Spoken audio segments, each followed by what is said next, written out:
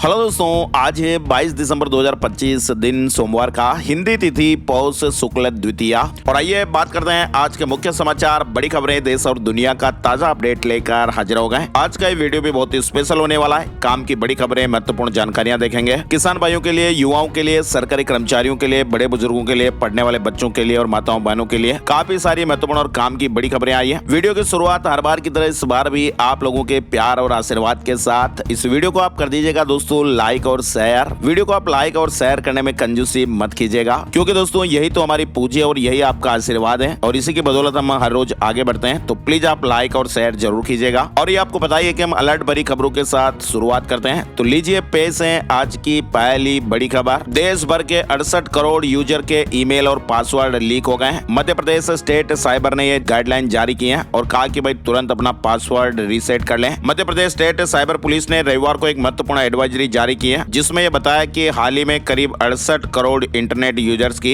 Email ID और password cyber अपराधियों के हाथ लगने का मामला सामने आया है। और इस एडवाइजरी में दोस्तों ये भी कहा गया कि ईमेल अकाउंट हैक हो जाए तो अपराधी इससे आपके social media account, internet banking, digital wallet और अन्य ऐप तक भी पहुंच बना सकते हैं। इसलिए किसी भी अपराध से बचने के लिए आप पासवर्ड को तुरंत रीसेट कर लें। समय रहते आप पासवर्ड को बदल लें, 2 फैक्टर ऑथेंटिकेशन भी चालू कर दें और अलग अलग सेवाओं के लिए अलग अलग पासवर्ड भी जरूर रखें। अच्छा, इसके अलावा देखिए आप झारखंड के कोडरमा से ये बड़ी अलर्ट करने वाली खबर फिर से आ रही है। छोटे नन्हे मुन्ने बच्चों के लिए आजकल सर्दी का मौसम तो चल ही रहा है और आपको पता ही है सर्दी जुकाम खांसी के मामले भी लगातार बढ़ रहे हैं। लेकिन आपको बताएं दोस्तों, झारखंड के कोडरमा जिले में कप सिरप पीने से एक 1.5 साल की बच्ची की जान चली गई है और ये मामला सामने आने के बाद वहाँ स्वास्थ्य महकमे में हड़कंप सा मच गया है। परिजनों ने बताया कि बच्ची को पिछले 2 दिनों से खांसी की शिकायत थी और इसी को लेकर परिवार के लोगों ने एक मेडिकल दुकान से खांसी की सिरप खरीदी थी। परिजनों ने जैसे ही बच्ची को सिरप पिलाया, कुछ ही समय बाद उसकी तबीयत अचानक बिगड़ने लगी। बच्ची को बेचैनी होने लगी और उसकी हालत तेजी से खराब होने लगी और ऐसे में घर में अफरा तफरी का माहौल सा हो गया। आनन फानन में परिजन बच्ची को हॉस्पिटल लेकर पहुंचे, लेकिन बच्ची को नहीं बचाया जा सका। फिलहाल इस घटना की जानकारी मिलते ही वहां पर स्वास्थ्य विभाग भी हरकत में आया है। इस मामले को गंभीरता से लेते हुए ड्रग इंस्पेक्टर को पूरे प्रकरण की जांच कर आवश्यक कार्रवाई करने के निर्देश दिए गए। अच्छा, इसके अलावा देखिए आप छत्तीसगढ़ से भी एक बड़ी चौंका देने वाली खबर सामने आ रही है। जिस व्यक्ति को पुलिस ने मृत बताया, वो युवक थाने में आकर बोला कि मैं जिंदा हूँ। 61 दिन पहले उस व्यक्ति की, अब वो व्यक्ति तो जाहिर सी बात होगा नहीं, लेकिन 61 दिन पहले का ये मामला, बॉडी मिली थी और इसी मामले में अभी 3 दोस्त जेल में भी हैं। छत्तीसगढ़ के जसपुर के एक युवक को लेकर ये बड़ी घटना सामने आई। इधर आप देखिए राजस्थान के जयपुर में एक फैक्ट्री में सरस और अमूल का नकली घी बनाया जा रहा था। 4 आरोपियों को इस मामले में गिरफ्तार किया गया है और उन्होंने कहा कि भाई हमारे तो ये रोजाना का काम है, 2000 लीटर घी हम हर रोज तैयार करते थे और बाजार में खपाते थे। तो राजस्थान के जयपुर में भी पुलिस ने नकली घी बनाने की इस फैक्ट्री का भंडाफोड़ किया है और 7,500 किलो घी भी जब्त किया है। फैक्ट्री में वनस्पति और रिफाइंड सोयाबीन ऑयल को गर्म करके उसमें एसेंस मिलाकर ये घी तैयार किया जा रहा था। आरोपियों के कब्जे से बड़ी मात्रा में नकली घी बरामद हुआ है। कच्चा माल, पैकिंग मटेरियल और घी बनाने की मशीन भी मिली। पूछताछ में आरोपियों ने कहा कि भाई हम तो हर रोज ऐसे ही नकली घी बनाते हैं और 2000 लीटर के करीब नकली घी बनाकर बाजार में बेच देते हैं और इसी से हमारी दाल रोटी चलती है। फिलहाल पुलिस जांच कर रही है। इधर आगे देखिए आप बड़ी खबर राजस्थान के जोधपुर से आ रही है। डिलीवरी के 15 दिन बाद दौड़ में फेल हो गई,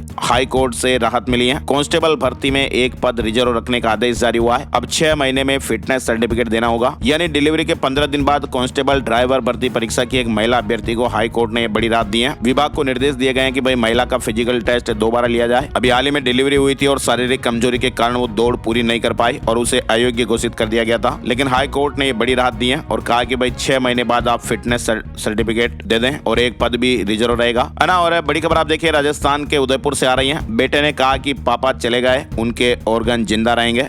वहीं पत्नी ने भी कहा कि भाई अंग किसी के काम आएंगे तो अच्छा ही रहेगा। ऑर्गन डोनेशन से जुड़ा अपडेट है। एक व्यक्ति की जान चली गई और ऐसे में 2 लोगों को नई जिंदगी मिली है। उदयपुर में कान सिंह नाथावत नाम के 53 साल के एक व्यक्ति के ऑर्गन डोनेशन से 2 लोगों को नई जिंदगी मिल रही है। ब्रेन स्ट्रोक आ गया था। अच्छा, इसके अलावा देखिए आप मध्य प्रदेश के अशोकनगर से भी एक बड़ी अलर्ट करने वाली खबर। सूर्य नमस्कार कर रहे एक सराफा कारोबारी को साइलेंट अटैक आ गया। अशोकनगर के पार्क में वो योग कर रहे थे।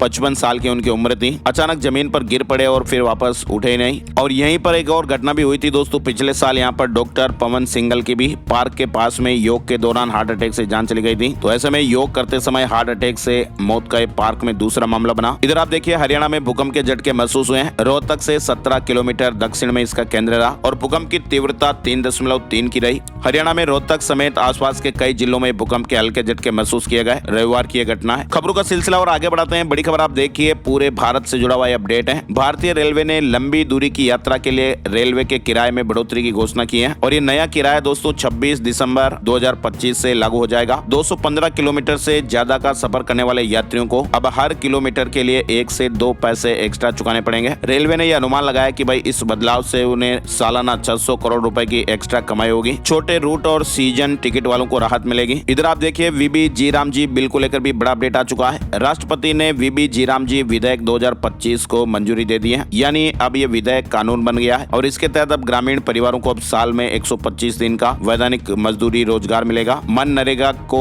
हटाकर विकसित भारत जी राम जी विधेयक और अब ये कानून बन चुका है। राष्ट्रपति जी ने मंजूरी दे दी है। इधर आप देखिए एलन मस्क की संपत्ति दोस्तों पाकिस्तान, श्रीलंका और नेपाल की जीडीपी से भी ज्यादा है। दुनिया के सबसे अमीर शख्स एलन मस्क की संपत्ति पाकिस्तान, श्रीलंका और नेपाल की जीडीपी से भी ज्यादा हो गई है। 4 दिन में उनकी नेटवर्थ 150 बिलियन डॉलर बढ़कर 750 बिलियन डॉलर पार कर गई है और एलन मस्क नेटवर्थ का यह आंकड़ा छूने वाले दुनिया के पहले शख्स बने। इधर आप देखिए बड़ी खबर, रक्षा मंत्रालय में तैनात लेफ्टिनेंट कर्नल रिश्वत लेते गिरफ्तार। सीबीआई ने 2 करोड़ 36 लाख रुपए जब्त किए हैं। प्राइवेट कंपनियों को फायदा पहुंचाने के आरोप भी हैं। पत्नी भी शामिल बताई जा रही है। केंद्रीय जांच ब्यूरो सीबीआई ने शनिवार को रक्षा मंत्रालय में पोस्टेड आर्मी अफसर को रिश्वतखोरी के एक मामले में गिरफ्तार किया। इसके अलावा बड़ी खबर देखिए महाराष्ट्र से आ रही है। महाराष्ट्र निकाय चुनाव परिणाम अपडेट आप देखिए। महाराष्ट्र निकाय चुनाव में सत्तारूढ़ महायुति गठबंधन एनडीए को बम्पर जीत हासिल हुई है। 288 सीटों के रिजल्ट में महायुति को 207 सीटों पर जीत मिली है। रविवार रात तक स्टेट इलेक्शन कमीशन ने फाइनल रिजल्ट जारी कर दिए। गठबंधन में बीजेपी 117 सीटों पर जीत के साथ सबसे बड़ी पार्टी बनकर उभरी है। एकनाथ शिंदे की शिवसेना को 53 सीटें, एनसीपी अजीत को 37 सीटें मिली हैं। वहीं विपक्षी महाविकास आघाड़ी एमवीए गठबंधन 44 सीटों तक सीमित रहा। इधर आप देखिए इसमें कांग्रेस को 28 सीटें मिली हैं, जबकि शरद पवार के एनसीपी को केवल 7 और शिवसेना यूबीटी को 9 सीटें हासिल हुई हैं। 32 सीटें अन्य को मिली हैं। वहीं महाराष्ट्र निकाय चुनाव में बीजेपी की शानदार जीत के बाद मुख्यमंत्री देवेंद्र फडणवीस ने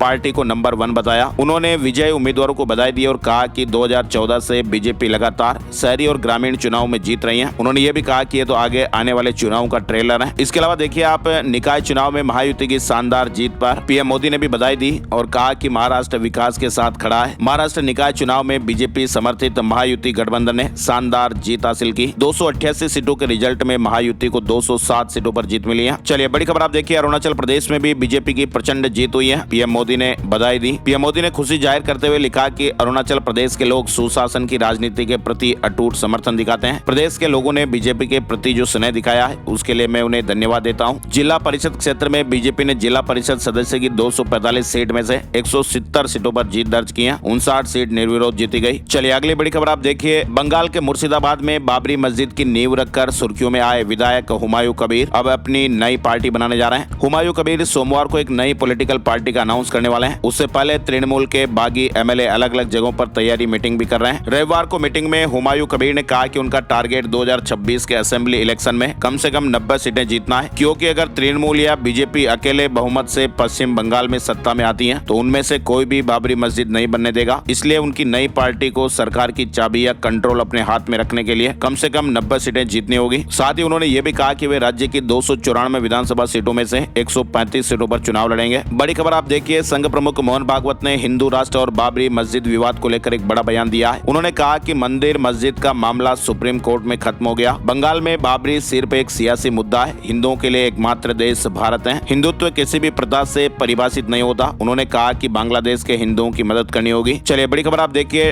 अमेरिका से जुड़ी हुई, भारत में फंसे सैकड़ों H-1B वीजा वर्कर अमेरिकी दूतावास ने अचानक रद्द किया रिन्यूअल अपॉइंटमेंट। ट्रंप प्रशासन के H-1B वीजा नियमों में बदलाव से सैकड़ों भारतीय वीजा धारक भारत में फंस गए। इसके अलावा आप देखिए दिल्ली वालों को बड़ी राहत मिलेगी। सरकार माफ कर सकती है ट्रैफिक चालान। जी हाँ, ऐसी खबरें चल रही है मीडिया रिपोर्ट जिसमें बताया जा रहा है कि दिल्ली की मुख्यमंत्री रेखा गुप्ता जल्द ही लोगों को बड़ी राहत देंगी। सरकार ट्रैफिक चालानों को माफ करने के लिए एमनेस्टी स्कीम लाएगी और ऐसे में दिल्ली पुलिस और एनफोर्समेंट विभाग द्वारा काटे गए सभी चालान रद्द किए जा सकते हैं। फिलहाल अब देखते हैं आगे इसको लेकर और क्या अपडेट्स आते हैं। साथ ही आप देखिए वैश्विक आर्थिक बढ़ोतरी के बावजूद भी भारत की अर्थव्यवस्था तेजी से आगे बढ़ रही है। गोल्डमैन सैक्स के रिपोर्ट के मुताबिक 2026 में 6.7% जीडीपी रहने का अनुमान है, जो कि दुनिया की प्रमुख अर्थव्यवस्थाओं में सबसे अधिक है। साल 2026 में 6.7% की रफ्तार से देश की जीडीपी बढ़ेगी। चलिए अगली बड़ी खबर आप देखिए। 8th पे कमीशन और पेंशन को लेकर चल रही अफवाहों की सच्चाई आखिर क्या है, आपको जानकारी बताते हैं। कंफ्यूजन की जो मेन वजह है वो दोस्तों सीसीएस पेंशन रूल्स 2021 में एक छोटा सा बदलाव हुआ है। रूल 37 में बदलाव सिर्फ उन कर्मचारियों पर लागू होता है जिन्हें पीएसयू में ट्रांसफर होने के बाद बदसलूकी या गलत काम के कारण नौकरी से निकाल दिया गया हो। दरअसल अभी सोशल मीडिया पर कई मैसेज वायरल होने लगे जिसमें दावा किया गया कि केंद्र सरकार पेंशनर्स के डीए बढ़ोतरी और रिटायरमेंट बेनिफिट को खत्म कर रही है, और ऐसे में लाखों पेंशनर्स में बेवजह डर और घबराहट का माहौल हो गया।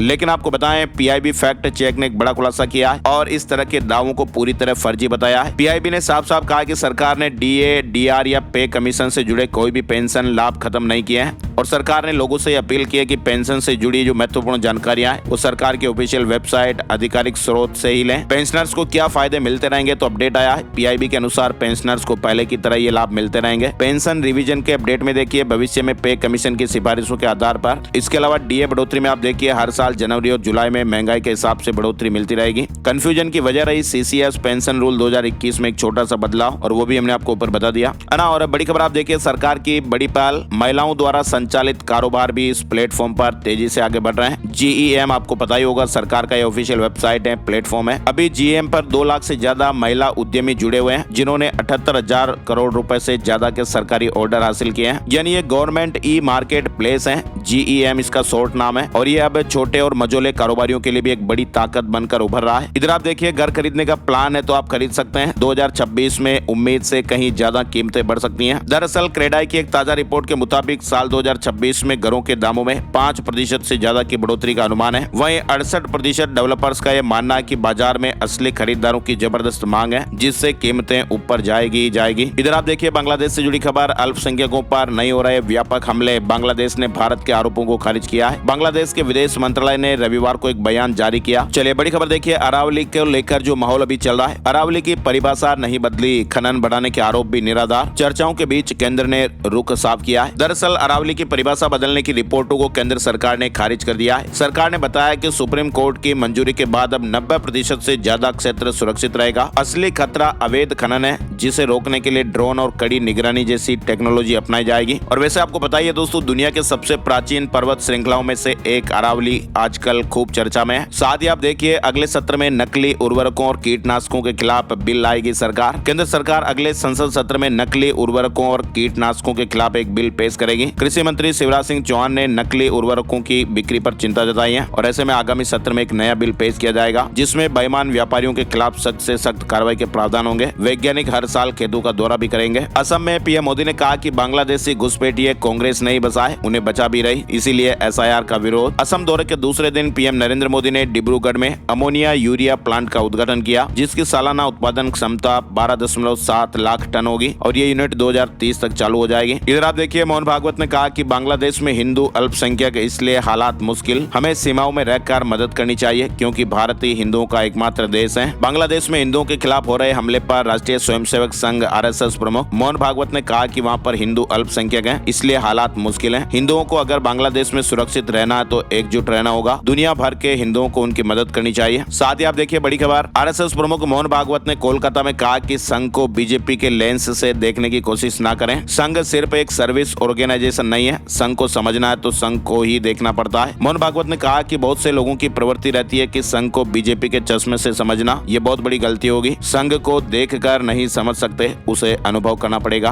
और पाकिस्तान ने दूसरी बार U19 एशिया कप जीत लिया है। भारत को 191 रन से हराया। पाकिस्तान ने दूसरी बार अंडर 19 एशिया कप का खिताब जीत लिया है। इसके अलावा ये अपडेट हमने आपको कल वाले वीडियो में भी बताया था। बीएसएफ में 50% पद एक्स अग्निवीरों के लिए रिजर्व रहेंगे। कांस्टेबल रिक्रूटमेंट के नियमों में बदलाव हो गया है। एज लिमिट में भी छूट मिलेगी, फिजिकल भी नहीं देना पड़ेगा। एक्स अग्निवीरों के पहले बैच को मैक्सिमम एज लिमिट में 5 साल की छूट मिलेगी, वहीं बाद के बैच को एज लिमिट में 3 साल की छूट दी जाएगी। इधर बड़ी खबर आप देखिए, असम के सीएम ने कहा कि 19 अवैध घुसपैठियों को वापस बांग्लादेश भेज दिया गया है। ये घुसपैठिए अलग अलग जगहों से पकड़े गए थे। दिल्ली में ईवी पॉलिसी लाएगी सरकार, अप्रैल 2026 से लागू हो जाएगी। इलेक्ट्रिक वाहनों पर भारी सब्सिडी मिलेगी, जगह जगह चार्जिंग स्टेशन भी लगेंगे। और मध्य प्रदेश देखिए आप, इस सर्दी में पहली बार पारा 3 डिग्री से नीचे चला गया। कश्मीर के गुलमर्ग सोनमर्ग में बर्फबारी हुई। दिल्ली में कोहरे के चलते 105 फ्लाइट को कैंसिल करना पड़ा। 450 फ्लाइट लेट हुई। भारत के मध्य और उत्तरी हिस्सों में कड़ाके की सर्दी और घने कोहरे का दौर अभी जारी है। इधर हिमाचल प्रदेश में भी आपको बताएं, सिंकुला, रोहतांग दर्रा समेत ऊंची चोटियों पर बर्फबारी हुई। लाइव स्नोफॉल देखने के लिए पर्यटक रोमांचित हुए। हिमाचल प्रदेश के सिंकुला, रोहतांग दर्रा, बारालाचा और जांस्कर घाटी में रविवार सुबह से बर्फबारी शुरू हो गई है। लाहौल घाटी में भी रुक रुक कर हिमपात हो रहा है। मनाली की ऊंची ऊंची चोटियों पर भी सुबह से बर्फ गिरने के कारण घाटी में बादल छाए रहे, ठंड भी बढ़ी। वहीं ट्रेवल एडवाइजरी भी जारी हुई। इसके अलावा देखिए आप, हिमाचल सरकार मनरेगा में बदलाव पर अनशन करेगी। सीएम सुक्खू ने मंत्रिमंडल के साथ आंदोलन का ऐलान किया है। उत्तराखंड में आप देखिए, सीएम के निर्देश पर शिक्षा विभाग ने शिक्षकों के लिए ये निर्देश जारी किया था कि शिक्षक समय समय पर भगवत गीता के श्लोकों की व्याख्या करें। ताजा अपडेट यह रहा कि मुख्यमंत्री पुष्कर सिंह धामी ने रविवार को घोषणा की है कि सरकार ने स्कूलों में श्रीमद भगवत गीता के श्लोक के पाठ को अनिवार्य किया है। राजस्थान से जुड़े महत्वपूर्ण अपडेट में आपको बताएं, 24 दिसंबर से अरावली बचाओ आंदोलन की शुरुआत होगी। निर्मल चौधरी माउंट आबू से निकालेंगे 1000 किलोमीटर की जन यात्रा। इसके अलावा आपको बताएं, बड़ी खबर राजस्थान के बांसवाड़ा से आ रही है। बांसवाड़ा में हाड़ खराब पटेल समाज ने शादियों में बढ़ते खर्च और आर्थिक दबाव को देखते हुए जो गहने हैं, आभूषण है, उसकी सीमा तय करने का फैसला लिया है और नए नियमों के तहत विवाह में सोने और चांदी की मात्रा भी निर्धारित कर दी गई है, जिसे तुरंत लागू भी किया गया है। इसके अलावा आप देखिए, राजस्थान में 3 विधायकों के मामले को सरकार गंभीरता से ले रही है। 3 विधायकों के स्टिंग ऑपरेशन को लेकर सवाल के सवाल पर राजस्थान सरकार वित्त आयोग अध्यक्ष अरुण चतुर्वेदी ने कहा कि यह गंभीर विषय है। पार्टी ने व सरकार ने दोनों ने गंभीरता से लिया है। प्रदेश के मुख्यमंत्री जी ने इस विषय पर कमेटी बनाकर तुरंत जांच भी शुरू कर दी है। वहीं विधानसभा में सदाचार कमेटी ने भी अपना काम शुरू कर दिया है। नोटिस देकर विधायकों को भी बुलाया गया। इसके अलावा चतुर्वेदी ने शिक्षा मंत्री मदन दिलावर के ग्रेड 3 के टीचर्स के ट्रांसफर नहीं होने के बयान पर सहमति जताते हुए कहा, इनके ट्रांसफर जिले से बाहर नहीं होते हैं, इनके नियुक्ति आदेश में स्पष्ट है। लेकिन सरकार भी ये चाहती है कि जरूरतमंद टीचर्स के ट्रांसफर हो, इसके लिए सरकार कोई रास्ता निकालने का प्रयास कर रही है। इसके अलावा आपको बताएं, पंचायती राज विभाग ने 14,000 से अधिक ग्राम पंचायतों, 450 पंचायत समिति और 41 जिला परिषदों में चुनाव कराने का फॉर्मूला सभी कलेक्टरों को जिलावार तैयार करके भेज दिया है। मध्य प्रदेश से जुड़े अपडेट में आपको दिखाते हैं, भोपाल में मेट्रो सेवा शुरू होने के पहले दिन 7,000 से अधिक यात्रियों ने सफर किया है। रविवार से आम नागरिकों के लिए मेट्रो सेवाओं की शुरुआत हुई। यात्रियों ने भी खुशी जताई। इधर एमपी में ऊर्जा मंत्री जी ने कहा कि बिजली चोरी रोकने के लिए विद्युत थाने शुरू करेंगे। वहीं भोपाल में उन्होंने कहा कि हमारी ये कोशिश होगी कि 2028 तक बिजली के रेट ना बढ़े। इधर आप देखिए, मध्य प्रदेश के ग्वालियर से बड़ी खबर, ग्वालियर मिंट स्टोन क्राफ्ट को जीआई टैग मिला है और ये टैग मिलने के बाद अब स्थानीय कारीगरों के लिए आय और रोजगार के नए अवसर भी खुलेंगे। यानी इस टैग से अब इन कलाओं की ब्रांड वैल्यू बढ़ेगी। और खरगोन में 500 शिक्षकों ने रैली भी निकाली। नियुक्ति से वरिष्ठता, पुरानी पेंशन बहाली की मांग भी की। 25 तारीख को भोपाल में धरना होगा। साथ ही आपको बताएं, मध्य प्रदेश में खेलों के इतिहास में एक नया अध्याय भी जुड़ने जा रहा है। खेलो MP youth games 2025 Madhya Pradesh का ओलंपिक का आयोजन पहली बार खेल विभाग और प्रदेश के सभी मान्यता प्राप्त खेल संघों के संयुक्त प्रयास से किया जाएगा। इसका आयोजन 10 जनवरी से 31 जनवरी 2026 तक किया जाएगा। वहीं आप देखिए, मंदसौर में अब मिलेगी केमिकल फ्री सब्जी और उत्पाद। हर रविवार बस स्टैंड के पास हाट बाजार लगेगा। किसान भाई सीधे ही ग्राहकों को अपना सामान बेच पाएंगे। इधर मध्य प्रदेश सागर में पंचायत उपचुनाव से जुड़ी खबर है। 29 तारीख को वोटिंग, 2 जनवरी को रिजल्ट आएंगे। सागर जिले में जनपद सदस्य, सरपंच और पंचों के खाली पदों को भरने के लिए चुनावी प्रक्रिया तेज हो गई है। इधर आप देखिए, छत्तीसगढ़ से बड़ी खबर आ रही है। आरक्षक भर्ती से जुड़ी खबर, गृह मंत्री के बंगले पहुंची कैंडिडेट्स की भीड़। गृह मंत्री से सवाल जवाब। एक अभ्यर्थी का कई जिलों में चयन पर बवाल हुआ। कमरे में चर्चा भी हुई। साथ ही आप देखिए, छत्तीसगढ़ से एक और बड़ी खबर, केंद्रीय स्वास्थ्य मंत्री जेपी नड्डा आज छत्तीसगढ़ आएंगे। जन प्रतिनिधियों से मुलाकात भी करेंगे। जांजगीर में सांस्कृतिक कार्यक्रमों में शामिल होंगे। रायपुर में हेल्थ कैंप से जुड़ी खबर है। अब तक 27,000 मरीजों की जांच हुई है। हर 2 में से 1 मरीज को बीपी शुगर की दिक्कतें आ रही हैं। आंख में प्रॉब्लम के भी हजारों मरीज पहुंच रहे हैं। दरअसल छत्तीसगढ़ की राजधानी रायपुर के आयुर्वेदिक कॉलेज परिसर में 18 से 22 दिसंबर तक एक मेगा हेल्थ कैंप चल रहा है। 2 दिनों में ही 27,000 लोगों ने स्वास्थ्य सेवाओं का लाभ लिया है। 22 दिसंबर तक ये जांच चल रही है। इधर आप देखिए, कांग्रेस ने कहा कि छत्तीसगढ़ में मेडिकल पीजी के 0 ईयर की आशंका। नियमों में बार-बार बदलाव से काउंसलिंग भी अटकी। मामला सुप्रीम कोर्ट और हाई कोर्ट में चल रहा है। इधर आप देखिए, छत्तीसगढ़ में रजिस्ट्री की गाइडलाइन में बड़े बदलाव का असर भी दिखाई दे रहा है। एजेंटों का दबदबा खत्म हुआ, कारोबार बढ़ रहा है और लोन भी ज्यादा मिल रहा है। कलेक्टर गाइडलाइन में किए गए बदलाव का असर अब छत्तीसगढ़ राज्य के सभी जिलों में दिखने लगा है। आंकड़ों के अनुसार पिछले साल जितनी रजिस्ट्री हो रही थी, उससे इस साल दोगुनी हो रही है। रियल एस्टेट के एजेंटों का दबदबा और फर्जीवाड़ा खत्म होने से अब आम लोगों को भी बड़ा फायदा हो रहा है ना। और मध्य प्रदेश फॉर्मूले से ज्यादा प्रावधान छत्तीसगढ़ में लागू होंगे। रायपुर में 1 जनवरी से लागू होगी पुलिस कमिश्नर प्रणाली। तैयारियां लगभग पूरी हो चुकी हैं। उत्तर प्रदेश में भी आप देखिए 26 दिसंबर से ट्रेनों के किराए में बढ़ोतरी हो जाएगी। लखनऊ से दिल्ली 10 रुपए और मुंबई 30 रुपए तक सफर महंगा हो सकता है। गोरखपुर के यात्रियों के लिए माघ मेला में बड़ी राहत। प्रयागराज संगम तक अनारक्षित रिंग रेल सेवा शुरू हो गई है। ये रिंग रेल सेवा 1 जनवरी से 17 फरवरी तक प्रतिदिन 2 फेरों में संचालित होगी। इसके अलावा देखिए उत्तर प्रदेश में अब QR कोड स्कैन करके जान पाएंगे अपनी प्रॉपर्टी की कीमत और बेनामा प्रक्रिया। सर्किल रेट लागू करने के बाद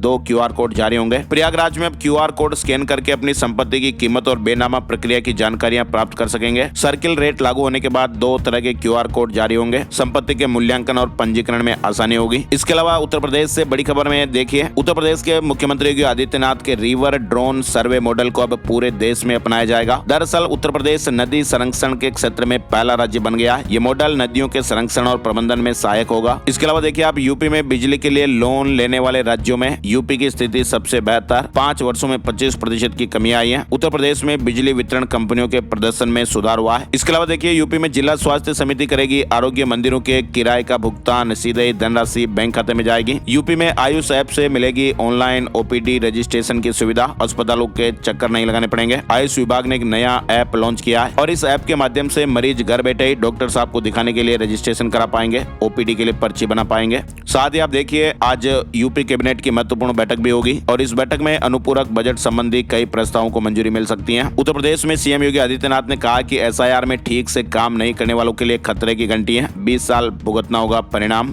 क्रिसमस से पहले वीकेंड पर 62,000 पर्यटकों ने ताज निहारा। शनिवार को 28,061 और रविवार को 33,942 पर्यटक ताजमहल देखने पहुंचे। इसके अलावा आप देखिए श्री राम जन्मभूमि तीर्थ क्षेत्र ट्रस्ट के पास 2100 करोड़ रुपए, 5 साल में 4,575 करोड़ रुपए डोनेशन मिला है। श्री राम जन्मभूमि तीर्थ क्षेत्र ट्रस्ट ने अब तक का पूरा लेखा जोखा पेश किया। म्यूचुअल में भी ट्रस्ट ने 87 करोड़ रुपए का निवेश किया हुआ है। इसके अलावा आप देखिए बिहार से खबर, 23 दिसंबर को नितिन नवीन का पटना में रोड शो होगा। पटना एयरपोर्ट से बीजेपी ऑफिस तक कार्यक्रम। हरियाणा में डिस्टेंस से 10वीं और 12वीं करना अब आसान रहेगा। साल में 2 बार एग्जाम होंगे। भिवानी बोर्ड पाठ्य सामग्री देगा। स्टडी सेंटर भी खुलेंगे। यानी हरियाणा में अब ओपन या फिर डिस्टेंस से 10वीं और 12वीं की परीक्षा पास करना आसान होगा। जो विद्यार्थी रेगुलर की पढ़ाई नहीं कर पाते हैं उनके लिए हरियाणा विद्यालय शिक्षा बोर्ड ने कई बदलाव किए हैं और ऐसे में अब डिस्टेंस एजुकेशन आसान हो जाएगी। साल भर में 1 के बजाय 2 बार एग्जाम होंगे। हरियाणा में सजा काट रही महिला कैदियों को बड़ी राहत। जेल विभाग ने बड़ा फैसला लिया है। अब छोटे बच्चे 6 साल के बजाय 8 साल की उम्र तक अपनी मां के साथ जेल में रह पाएंगे। जेल विभाग के इस फैसले से उन बच्चों को सबसे ज्यादा फायदा मिलेगा जिनका बाहर कोई भी सहारा नहीं है। साथ ही अब आपको बताते हैं रोजगार और करियर से जुड़ा महत्वपूर्ण अपडेट। हफ्ते की टॉप जॉब में बात करें दोस्तों तो इस हफ्ते भर में देश भर के अलग अलग विभागों में 38,918 पदों पर भर्तियां निकली हैं। रेलवे में भर्ती ग्रुप D के पदों पर भर्ती होगी। 12 दिसंबर को नोटिफिकेशन जारी हुआ। आवेदन अभी शुरू नहीं हुए हैं। 22,000 पदों की संख्या है। इसके अलावा उत्तर प्रदेश अधीनस्थ सेवा चयन बोर्ड में भी भर्ती। लेखपाल के 7,994 पदों पर भर्ती का मौका चल रहा है। 29 दिसंबर से आवेदन शुरू हो चुके हैं और 28 जनवरी लास्ट डेट है। झारखंड कर्मचारी चयन आयोग की भर्ती भी चल रही है। स्पेशल टीचर के 3,451 पद हैं। 12 दिसंबर से आवेदन शुरू हो चुके हैं और 13 जनवरी लास्ट डेट है। बिहार तकनीकी सेवा आयोग भी भर्ती कर रहा है। पंप ऑपरेटर समेत कई पदों पर। पदों की संख्या 3,407 है और 12 जनवरी लास्ट डेट है। यूपी पुलिस विभाग में भी भर्ती। कंप्यूटर ऑपरेटर के पद हैं 1352। 15 जनवरी 2026 लास्ट डेट है। इसके अलावा DSSSB में भर्ती हो रही है। 714 पदों पर 15 जनवरी तक मौका। तो ये कुछ कैरियर और रोजगार से जुड़े अपडेट भी चल रहे हैं, वैकेंसी चल रही है। और अब चलते चलते दोस्तों एक नजर आज का राशिफल। आज 22 दिसंबर का राशिफल। 22 दिसंबर सोमवार को मेष, मिथुन और मीन राशि वालों की इनकम के पुराने सोर्स दोबारा शुरू हो सकते हैं। निवेश से में उम्मीद से ज्यादा फायदा मिल सकता है। मकर, सिंह और कुंभ राशि के नौकरी पेशा लोगों को प्रमोशन और मनचाहा ट्रांसफर भी मिल सकता है। बिजनेस में वृष, कन्या और वृश्चिक राशि वालों को कम मेहनत में ज्यादा फायदा मिल सकता है। बड़ी डील होने की भी संभावनाएं है। धनु और कर्क राशि के लोगों को आज किस्मत का पूरा फायदा मिलेगा और इसके अलावा जो बाकी राशियां हैं उन पर सितारों का मिला जुला असर रहेगा। आज के मुख्य समाचार के वीडियो में फिलहाल बस इतनी ही खबरें। इस वीडियो को आप लाइक और शेयर जरूर कीजिएगा। वीडियो पूरा देखने के लिए आपका दिल से शुक्रिया और बहुत बहुत बहुत धन्यवाद। एक नए वीडियो में नई जानकारी के साथ फिर मिलते हैं। तब तक के लिए जय हिंद, जय भारत, वंदे मातरम।